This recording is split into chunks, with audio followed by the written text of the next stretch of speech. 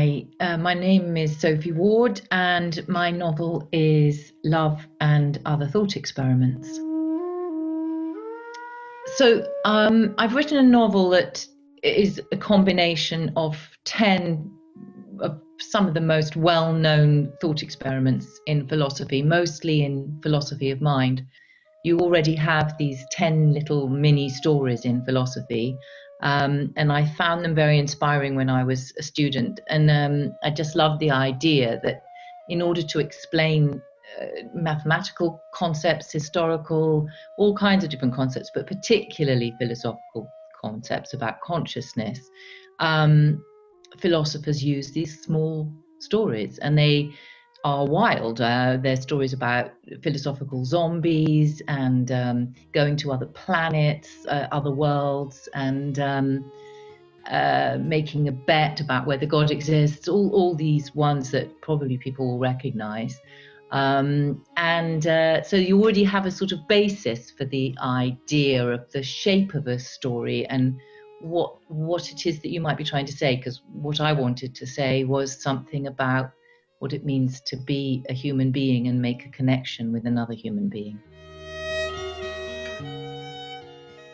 Obviously, the lockdown has been doing very strange things to all of our brains. But there is a creativity in that, even if it doesn't seem very obvious at the time. I think it can do interesting things.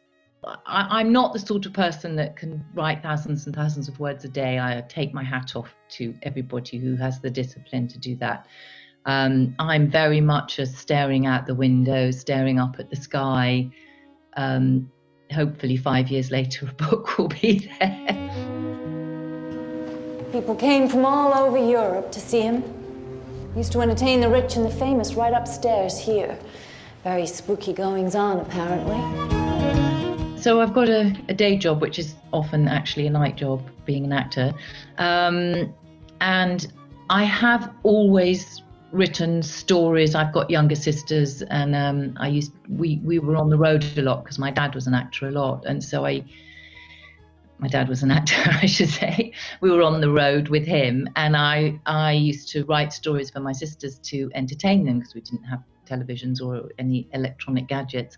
But the thing about being an actor is that you are always in an imaginary world almost all the time. I'm so used to pretending something's in front of me, and it might be that it's got to be a Tyrannosaurus Rex and it's actually just a tennis ball on a stick. And I find that very easy, a tenuous hold on reality. So I like that side of writing very much. So in the book, it's mostly centered around a family. You get to see the family sort of from their parents' point of view, and then the two moms who are having a baby with two guys who are also a couple, and they're going to co-parent. And they start off talking about this idea of having a baby in the two women when they're at home together. But one night something happens, which is going to be in this small piece I'm going to read. Eliza sat up in a panic. She was in bed in the dark. Beside her, Rachel pulled at the pillows. Rachel, what is it? What's the matter? Something bit me. In my dream, we were in a field and the sun was shining and there was grass. And you said, stay still. And I tried, but Rachel lifted her pillow. It bit me. Eliza struggled to reach for the bedside light. Rachel's cries had disturbed her own dream. The grass bit you? In my eye. Both women squinted in the dim lamplight. Show me. Rachel's breath caught. It was you. You stabbed me with the grass. Eliza felt the sweat cool on her skin as she pushed back the bedclothes. Rachel, you were asleep. An ant. Rachel ran to the full-length mirror that hung behind the door. You had a nightmare. It's gone in my eye. Eliza sat in the bed and yawned. Come here and let me have a look. Rachel perched on the bed and lifted her face to Eliza. Deep by the innermost corner of her eye was a livid red mark. Well, you've scratched yourself, poor baby. Eliza put her arms around her shivering girlfriend. Rachel couldn't stay still. I don't think so.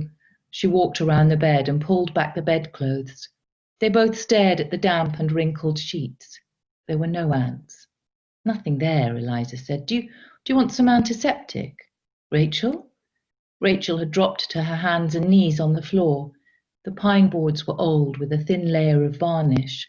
It had taken Eliza and Rachel 3 days with a rented sander to get them smooth enough to walk on, but the wood was still uneven and pitted, and some of the gaps were big enough to lose an aspirin through, as Rachel knew well enough. It's the middle of the night. I've got to be at the lab at 8. Please, Rach, let's look in the morning. I can't sleep. Rachel sat on the cold boards and looked up at Eliza. Her wavy hair had formed tight curls at the temples, and tears dripped from the scarlet eye. Oh, honey, hey there. Eliza slid over to Rachel and crouched down on the floor beside her. Oh, it's okay.